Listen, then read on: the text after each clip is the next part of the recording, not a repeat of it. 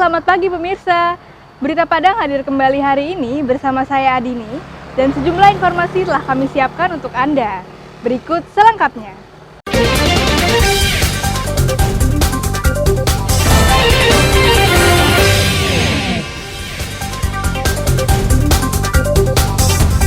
Tujuh terpidana kasus ganti rugi tanah jalan tol dieksekusi Kejaksaan Negeri Pariaman.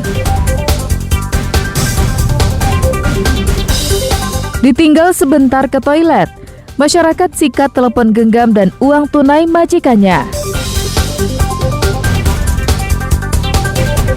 Masjid Tuo Siguntur, cagar budaya yang perlu dilestarikan.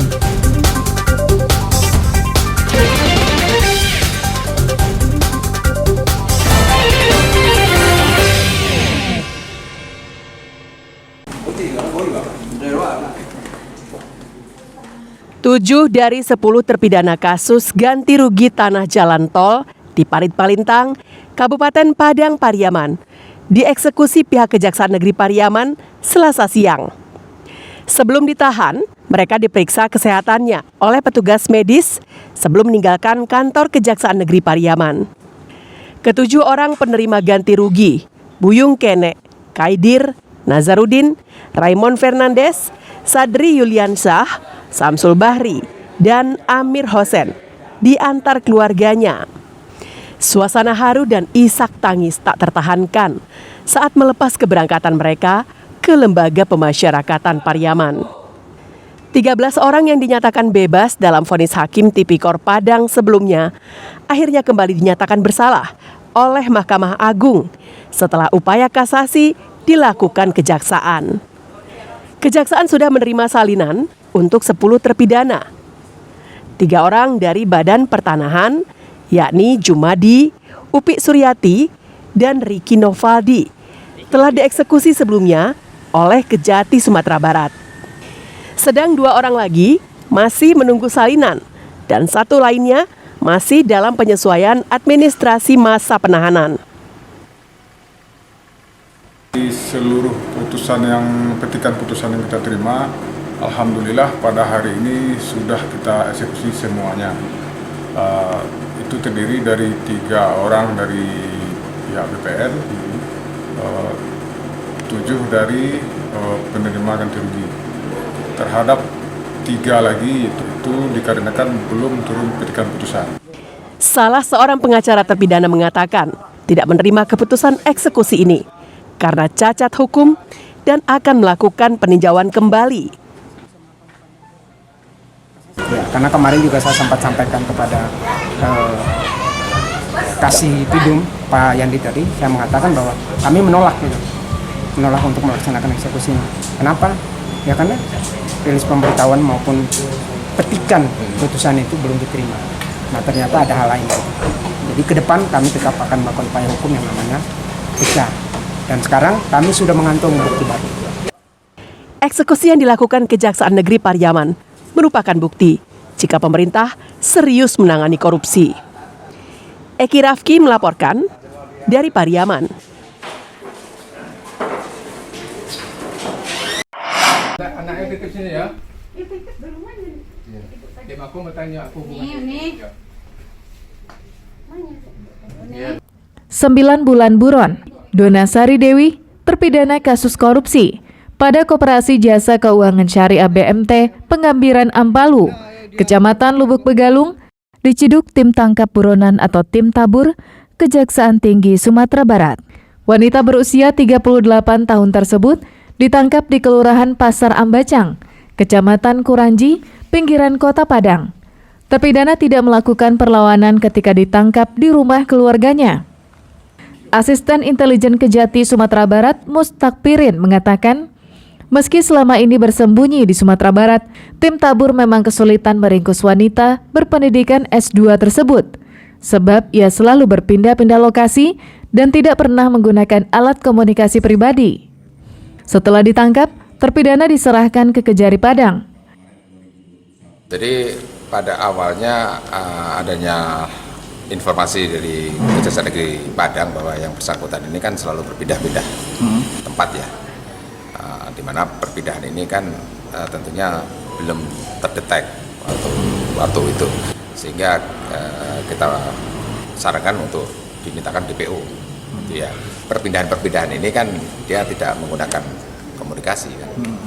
Kasus ini bermula dari pengaduan masyarakat yang menyebutkan adanya dugaan tindak pidana korupsi sebesar 270 juta rupiah pada Koperasi Jasa Keuangan Syariah BMT Penggambiran Ampalu, Lubuk Begalung. Dalam persidangan tingkat pertama, Dona divonis bebas oleh Majelis Hakim di Pengadilan Negeri Padang. Atas putusan tersebut, jaksa mengajukan kasasi. Mahkamah Agung menjatuhkan hukuman 2 tahun 6 bulan penjara dan denda 100 juta rupiah. Terpidana juga wajib membayar uang pengganti sebesar 270 juta rupiah. Robiham melaporkan dari Padang.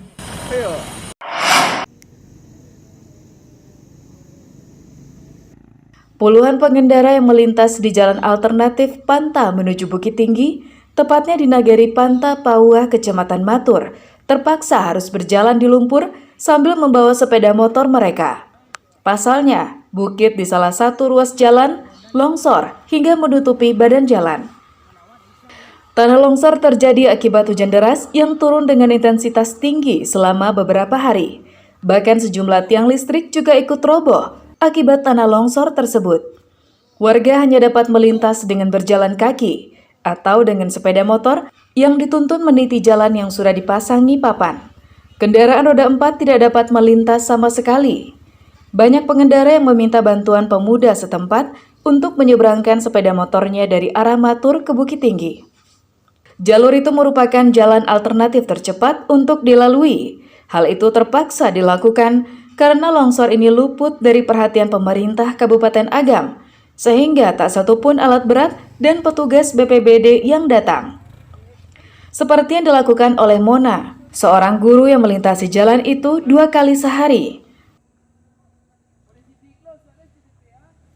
Iya, karena ini dekat nih pantai di sini tempat tinggalnya. Kalau Tinggal jalan ini sini. putus, jalannya kemana lagi? Sehari-harian di sini. Enggak, kalau ini putus kemana lagi, Bu? Oke, itu Koto Gadang. Longsor tidak hanya terjadi di Panta, namun juga di 3 lokasi lainnya di kawasan Matur, Kabupaten Agam. Dina Amrina melaporkan dari Kabupaten Agam. Sesuainya warna rambut.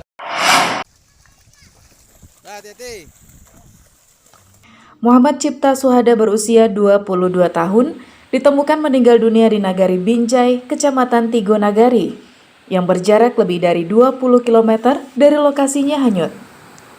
Jumat siang, korban dan 2 temannya memancing di Jorong Lunggua Batu, sekitar 10 km dari Bonjol. Sorenya, korban berenang menyeberangi Sungai Batang Masang untuk memasang pancing. Saat itu, korban menggunakan kantong plastik sebagai pelampung darurat karena debit air Sungai Batang Masang lebih tinggi dari biasanya. Setelah itu, korban kembali menyeberangi sungai untuk bergabung dengan 2 temannya. Namun saat di tengah sungai, korban melepaskan pelampung daruratnya dan berenang bebas menuju tepian. Naas, korban tak bisa tiba di tepian, tapi justru hanyut terbawa arus. Teman korban yang melihat peristiwa itu tak bisa berbuat banyak karena derasnya arus Sungai Batang Masang. Namun demikian, mereka berdua menyusuri aliran sungai untuk mencari korban. Upaya tersebut dilakukan hingga pukul 8 malam. Karena tak berhasil, kehilangan itu dilaporkan ke Wali Jorong Padang Laweh. Sabtu pagi, tim SAR dari Posko SAR Pasaman Barat, polisi, dan tim SAR dari Federasi Arung Jeram Indonesia, daerah Sumatera Barat, mencari korban di sepanjang aliran Sungai Batang Masang. Dan pertama kali terlihat oleh warga masyarakat sekitar dan kemudian dievakuasi oleh tim yang berada di lapangan. Untuk tempat penemuan korban yaitu di Nagari Binjai, tepatnya di Siaya, Kecamatan Tigo Nagari, Kabupaten Pasaman, dengan korban MB. Setelah dievakuasi, korban dibawa ke puskesmas terdekat untuk divisum, dan setelah itu diserahkan ke keluarganya untuk dimakamkan. Safaatul Ulum melaporkan dari Pasaman Barat.